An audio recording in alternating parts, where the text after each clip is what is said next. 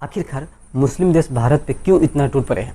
मुस्लिम देशों में Qatar, Kuwait और भारत के करीबी दोस्त ईरान भी है, जबकि मुस्लिम देशों का जो लीडर है वो शांत बैठे हैं।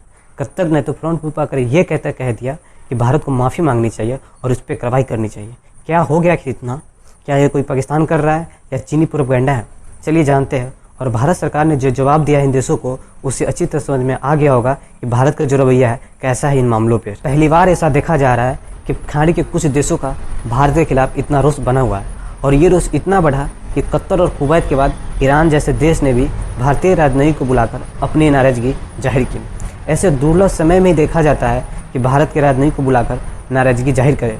पाकिस्तान के साथ तो हमेशा ऐसा लगा रहता है, तो उसका तो कोई बात ही नहीं है, लेकिन ये सब अगर ईरान जैसे देश में हो रहा हो तो ये देखा जा सकता है कि मुस्लिम देशों में इस बात को काफ़ी गंभीरता से लिया जा रहा है, जो भारत के लिए सही नहीं है। किंतु हमारे राजनयिक ने उन देशों के विदेश मंत्रालय को ये कहा कि भारत एक स्वतंत्र देश है, यहाँ सबको अपनी बात रखने का हक है।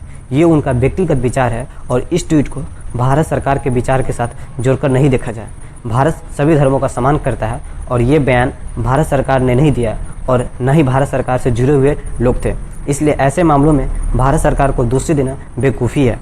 हालांकि सऊदी अरब और यूएई जैसा देश जिसके ऊपर ओआईसी की पूरी जिम्मेदारी रहती है, वो अभी भी शांत है और ये दिखा रहा है कि वो एक जिम्मेदार देश की तरह काम कर रहा है। और कतर, जिसके यहाँ इसकी शुरुआत सबसे पहले हुई, कतर के बारे में तो बहुत सारी बातें कही जाती है जो तालिबान सरकार को सबसे पहले मान्यता दी हुई थी, और वही कतर का मुंह बंद हो जाता है जब मामला कश्मीर मुद्दे पर आता है।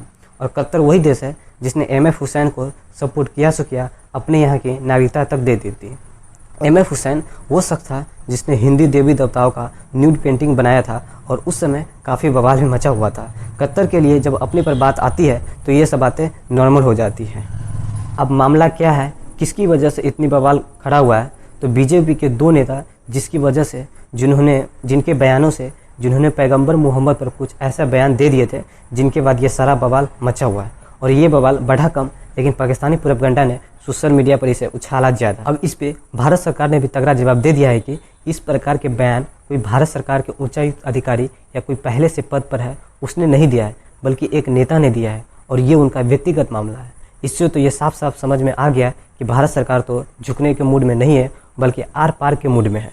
वहीं फ्रांस और नीदरलैंड के सांसद ने भी इस मामले पर भारत सरकार को सही बताया है, और ये साफ तौर पर देखा जा रहा है कि भारत को डिफेंड करने के लिए भारत की छोटी छोटी बातों को बड़ा बनाया जा रहा है, जबकि वही दुनिया के कई ऐसे मुस्लिम देश हैं जिसके लीडर हमेशा दूसरे धर्मों के बारे में हमेशा गलत बयान देते रहते हैं, लेकिन उनके बारे में कोई ऐसा प्रोपेगेंडा नहीं चलाया जाता, क्योंकि वो एक भारत जैसा देश नहीं है जो आने वाले समय में एक वर्ल्ड लीडर के तौर पर काम करे। और ऐसे आपको क्या लगता है, अभी एस जयशंकर का बयान तो आना बाकी है, क्या भारत ये जो जिसने जवाब दिया है क्या सही दिया है? आप हमें कमेंट में बताइए।